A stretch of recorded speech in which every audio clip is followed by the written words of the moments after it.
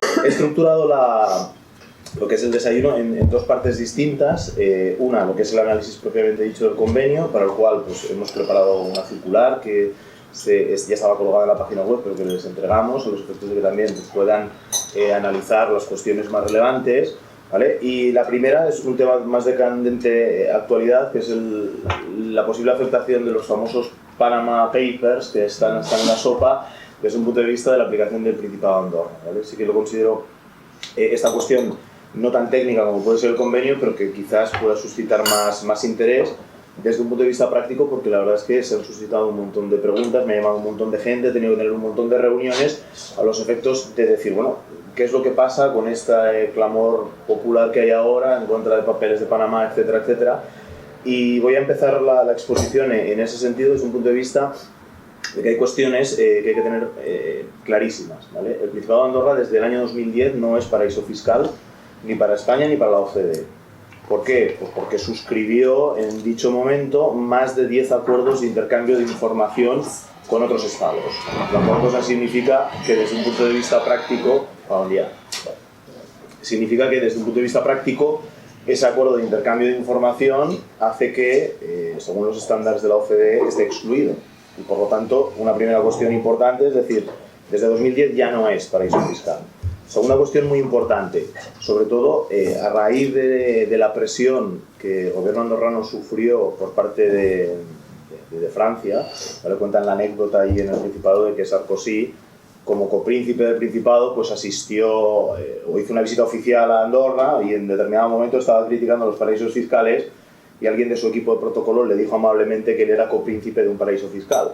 La cual cosa significa que el señor Sarkozy montó en cólera y expresamente dijo que aquello tenía que acabar y de hecho acabó. ¿Por qué? Porque además del intercambio automático de información, o sea, intercambio de información al cual me refería, se hizo un impulso muy importante por aprobar normativa tributaria, ¿vale? Es decir, desde el año 2010 Andorra tiene una ley del impuesto sobre sociedades, una ley del impuesto de la renta de los no residentes y por aquel entonces una ley del impuesto de actividades económicas, que venía a ser un IRPF pero muy sui generis, porque era un IRPF que solamente afectaba a profesionales. ¿Por qué se impulsó tanto desde el año 2010 este tema? Pues precisamente a los efectos de poder comenzar a suscribir convenios de doble imposición. Es decir, a los efectos de que no se considere paraíso fiscal basta con tener intercambios de información, que es lo primero que hizo, pero ¿qué es lo que sucede? Que la segunda fase importante es que hay que validar, que hay que homologar que ese país que ha suscrito esos acuerdos de intercambio de información tiene un sistema tributario, entre comillas, homologable al resto de estados. Y la verdad es que los deberes los hicieron bien y rápidos, porque en 2010 ya se aprobaron, insisto, la ley del impuesto sobre sociedades, que es la ley 94/2010, la ley del impuesto de la renta de no residentes, la ley 95, son correlativas. A finales de ese año, el impuesto de la renta de los no residentes entró en vigor para 2011, con lo cual, es decir, ya hay un bagaje. Dentro de ese cambio, de ese modelo al cual se está atendiendo en Andorra, precisamente este año 2015 también se introdujo un impuesto de la renta de las personas físicas, ¿vale? O sea, es decir, lo que nosotros tenemos al uso, un impuesto que grava la globalidad de las rentas que puede obtener el contribuyente, se incorporó en Andorra con efectos 2015, ¿vale? Y por lo tanto también ese cambio, esa evolución tan relevante que ha venido sufriendo el Principado, hay que ponerla de manifiesto, hay que ponerla encima de la mesa, los efectos de decir, no estamos hablando de un paraíso fiscal ni nominalmente, puesto que, reitero, tenía los acuerdos de intercambio de información, ni evidentemente porque tiene un sistema homologado, ¿vale? ¿Qué es lo que sucede? Pues sobre todo, la piedra fundamental a los efectos del desarrollo es el tema de los convenios de doble imposición. ¿Por qué? Porque la fiscalidad andorrana es sumamente atractiva. Desde un punto de vista de imposición directa en personas físicas, personas jurídicas, estamos hablando, para que todos hagan una idea aproximada, de un tipo nominal de un 10%. ¿Vale? O sea, nosotros tenemos en sociedades aquí un 25% y en renta tenemos una escala progresiva que en la actualidad nos lleva al 46% en rentas superiores a 60.000 euros. Lo cual cosa comporta que, claro, cuando comparas una fiscalidad con la otra, pues evidentemente es mucho más atractiva. ¿Qué sucede? Que esa fiscalidad atractiva, sin la existencia de los convenios de doble imposición, deja de tener sentido. Te pongo un ejemplo muy sencillo. Si yo soy una sociedad andorrana que me dedicaba a prestar servicios de cualquier tipo en España, ¿qué es lo que sucede? Que como no existía un convenio de doble imposición, cuando yo hacía la factura desde Andorra aquí a España, el empresario español me practicaba una retención del impuesto de la renta a los no residentes del 24%, simplifico el tipo, ¿vale? ¿Qué significa? Que ese 24% que a mí, empresario andorrano, me estaban practicando aquí, yo en Andorra no lo podía recuperar de ninguna de las maneras. ¿Por qué? Porque tengo un tipo de gravamen de un 10%. Es decir, a efectos prácticos, el hecho de que, si bien la normativa andorrana me ofrezca un 10% de tipo, si luego me están clavando, dicho en términos coloquiales, un 24%, significa que mi tributación efectiva es un 24%, por lo tanto, no es atractivo. Realmente, donde la fiscalidad andorrana es sumamente atractiva es cuando se suscriben los convenios de doble imposición, ¿vale? En la actualidad sí que ya tiene suscritos 8 o 9, si no recuerdo mal, pero los más relevantes son los firmados con Francia, España y Portugal. Claro, Francia y España por razones obvias de proximidad y porque el volumen de operaciones, no hay que perder de vista que se focaliza en estos dos estados. Por eso el convenio es tan sumamente importante, entró en vigor ahora este mes de febrero pasado, y lo que establece, desde un punto de vista de planteamiento, que es un modelo estándar, que está basado en el modelo de la OCDE, es fijar unos tipos máximos de retención cuando sucede esto que les estaba apuntando. Es decir, lo que se está estableciendo en el convenio de la imposición son las reglas del juego a los efectos de que un empresario andorrano trabaje aquí o viceversa. Claro, viceversa no teníamos tanta problemática, porque es decir, cuando yo prestaba servicios de asesoramiento en Andorra, antes de que entrara en vigor el convenio de doble imposición, ¿qué pasaba? Pues que el destinatario, el empresario andorrano al cual yo le estaba prestando los servicios, me aplicaba una retención de un 10%, que es el impuesto de la renta a los no residentes de allí. ¿Qué pasa? Que yo, cuando hago mi impuesto sobre sociedades en España, tengo los ingresos, los gastos que pueda tener, pero esa retención yo la recupero directamente. ¿Por qué? Porque mi tipo de gravamen es superior. Con lo cual, claro, para los de aquí el problema no existía. Vale, que me practiquen una retención en el estado de destino, me da igual, ese 10% yo lo recupero. A contrario es cuando no se podía recuperar. Por eso tiene tanta relevancia el convenio de doble imposición, porque precisamente lo que se están fijando son unos tipos máximos de retención y tiene mucha importancia a los efectos precisamente de poder planificar mejor, porque claro, depende de la actividad a la cual yo me dedique. Si el convenio ya me está diciendo que tengo una retención o que no tengo retención, pues automáticamente las rentas me pueden ir limpias de un sitio a otro. Esto sí que está suscitando muchísima, entre comillas, polémica, porque claro, la gente, al final, no nos engañemos, y todos los que estamos en esta mesa lo podemos hacer, es decir, ¿realmente esto funciona? ¿O esto es bueno? ¿O esto es válido? Es decir, nuestra Hacienda no va a decir absolutamente nada cuando haya operaciones con el Principado de Andorra. Y aquí la verdad es que yo, que afortunadamente tengo que trabajar bastante este tema, la respuesta tiene que ser contundente, es decir, no tiene que haber ningún problema siempre y cuando las operaciones sean correctas. Es decir, al fin y al cabo, es decir, si lo que todos tenemos en la mente es buscar la trampa para pagar menos impuestos, pues evidentemente este esquema no funciona. Porque al fin y al cabo habrá indicios o no habrá indicios y me acabarán encontrando y por lo tanto, repito, la Administración Tributaria Española me acabará buscando las cosquillas. Si son operaciones normales y corrientes, no tiene que haber ningún problema, ¿vale? Por lo tanto, también, antes de analizar o de abordar 4 pinceladas de convenio, sí que, lo que les decía en la estructura, me centro brevemente en el tema de la titularidad de cuentas en Andorra, no Andorra, etcétera, porque se está planteando, repito, a través de la publicación de los papeles de Panamá, mucha controversia. Es decir, yo puedo tener una cuenta en Andorra perfectísimamente. Es decir, yo puedo tener una cuenta en Andorra desde el año 2010, 2011, es decir, no estoy incumpliendo de entrada ninguna normativa. ¿Por qué? Porque como no es un paraíso fiscal, es lo mismo que si tengo una cuenta corriente en Francia. ¿Vale? O sea, de entrada, primera cuestión básica, el hecho de ser titular de una cuenta corriente fuera no es constitutivo de ningún tipo de ilícito, ni delito fiscal, ni infracción, nada. ¿Qué es lo que sucede? Que en esta evolución del tiempo no hay que perder de vista la famosa amnistía fiscal que se aplicó aquí, ¿no? Es decir, en plena lucha contra el déficit, pues desde el Ministerio de Economía se intentó plantear una modalidad para recaudar más dinero y luchar contra el déficit, que fue la famosa amnistía fiscal, con toda la problemática que se generó. La amnistía fiscal, grosso modo, porque no es el objeto de análisis ahora, lo que vino a decir es que toda la gente que tuviera dinero no declarado, regularizando esa situación, pagando un 10%, quedaba a buenas con el fisco, ¿vale? Como aquello era, de entrada, bastante atractivo, bastante tentativo para la gente, la de arena que se aprobó en aquel mismo momento fue decir, bueno, yo te permito que tú regularices en este momento, me pagas el 10%, ojo, sin olvidar la posibilidad de que te pueda comprobar, ¿vale? Porque de hecho ahora ya están empezando a haber inspecciones de gente que regularizó, ¿vale? Cosa que también es lógica, ¿eh? Yo también, cuando hablas con mucha gente, la gente se rasga las vestiduras diciendo es que yo regularicé y ahora me están inspeccionando. Digo, ¿y usted qué se pensaba? Una cosa es que regularizara y otra cosa es que no te lo van a mirar. Claro, te lo tendrán que mirar, lógico, porque es que además lo has puesto en bandeja de plata, le has dado todos los datos, por lo cual la comprobación es lógica, ¿vale? Pero la consecuencia negativa de esa posibilidad de regularización fue el famoso modelo 720 de bienes en el extranjero. Es decir, me dijeron, usted tiene que regularizar. Perfecto, ¿vale? Y a partir de 2012, si usted tiene bienes en el extranjero categorizados en 3 grandes conjuntos por una valoración superior a 50.000 euros, tiene obligación de declararlo en un modelo específico. Por lo tanto, y ligándolo con la idea que les enlazaba antes, si yo tenía una cuenta en Andorra buena con 10.000 euros, llegó esta obligación, yo no tengo obligación de declarar ese saldo en Andorra y por lo tanto es totalmente lícito. Sería exactamente la misma situación, para entendernos, con Panamá.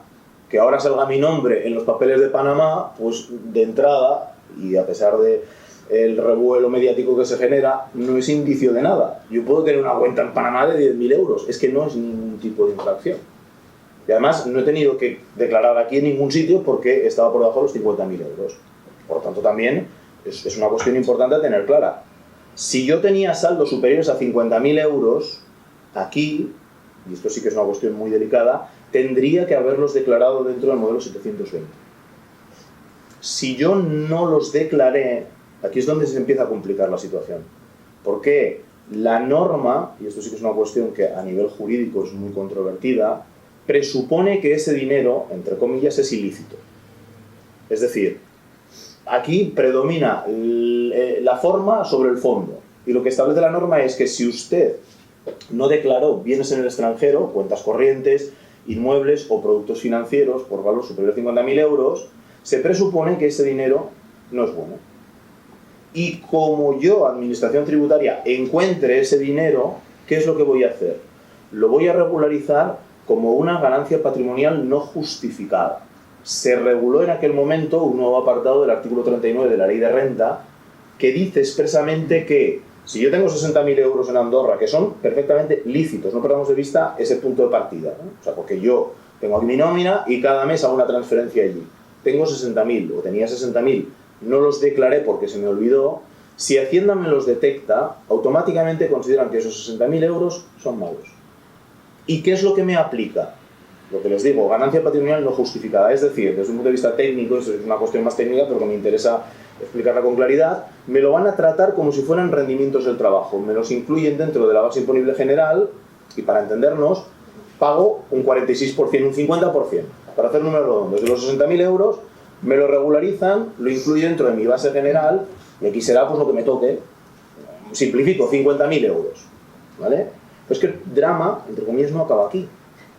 Porque es que, como ya me habían ofrecido la posibilidad de regularizar y yo fui malo, no regularicé y además he tenido mala fortuna que me han encontrado, además de tener que pagar esos 30.000 en el ejemplo hipotético que les estoy diciendo, la sanción que me imponen es de un 150% de la cuota no ingresada.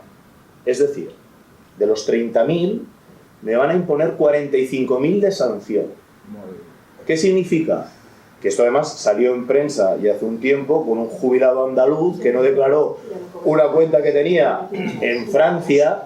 ¿Y qué es lo que pasa? Pues que en el ejemplo que les estoy poniendo, yo tengo 60.000 euros en Andorra totalmente buenos y voy a tener que pagar de entrada 75.000.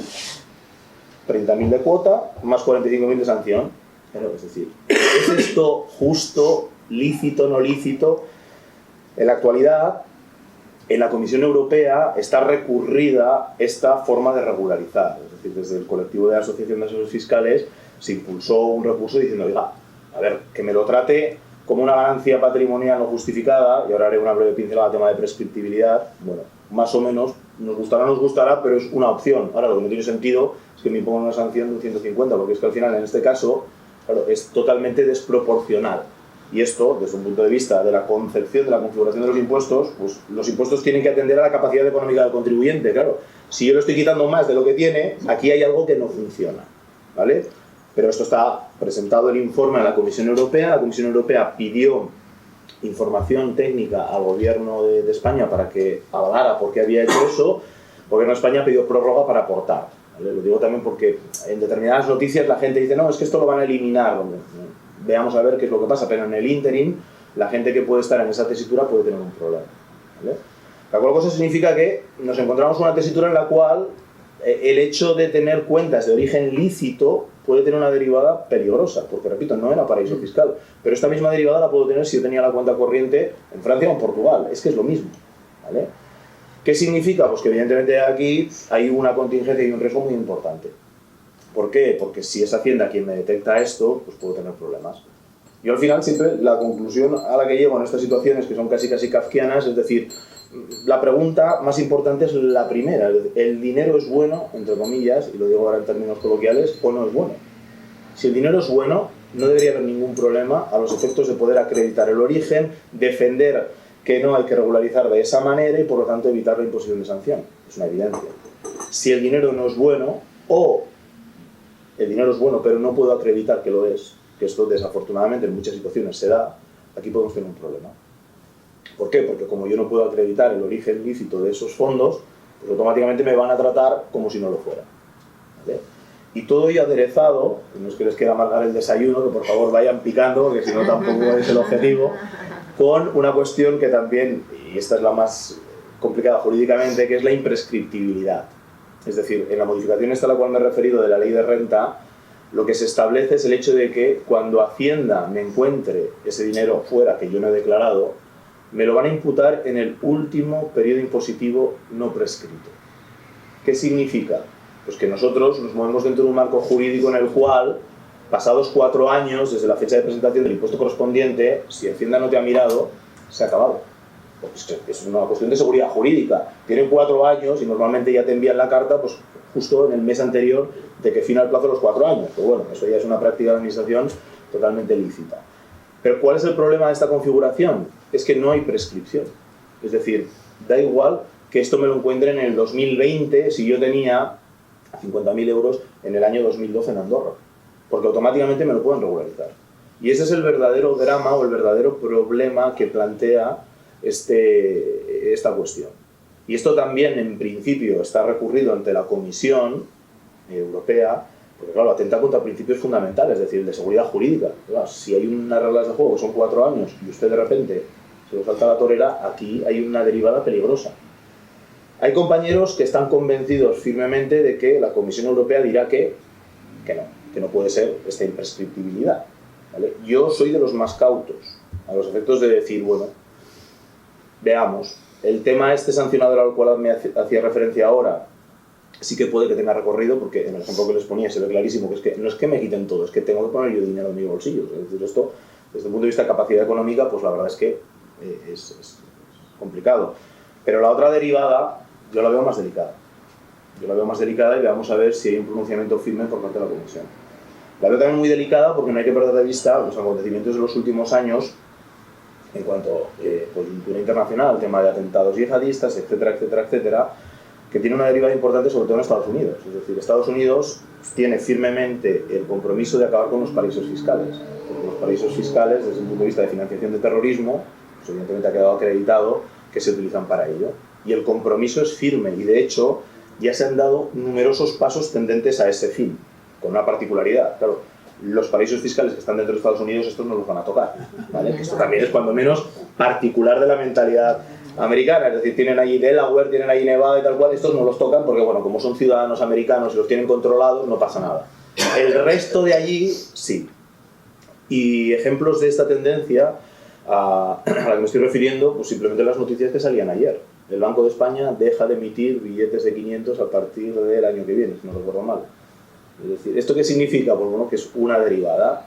Tenemos la otra derivada también, que son los acuerdos las normas que estamos aplicando ahora con efectos 2018. Es decir, las entidades financieras comunicarán automáticamente todos los datos de titulares de productos financieros a las autoridades tributarias.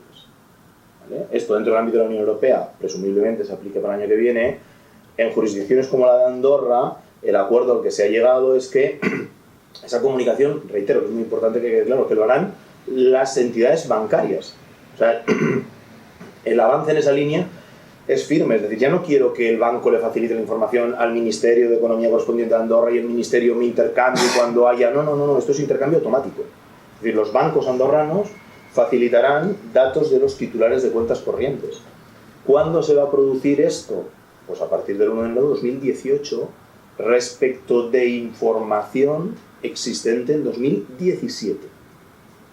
¿Vale? Por lo tanto, la tendencia a intentar acabar con todas las jurisdicciones offshore es clarísima. De hecho, dentro de estos acuerdos de intercambio de información, creo recordar que salvo Aruba o alguna isla por ahí perdida y Hong Kong, todo el resto está firmando en ese sentido, es decir, que haya un intercambio automático de información bancaria.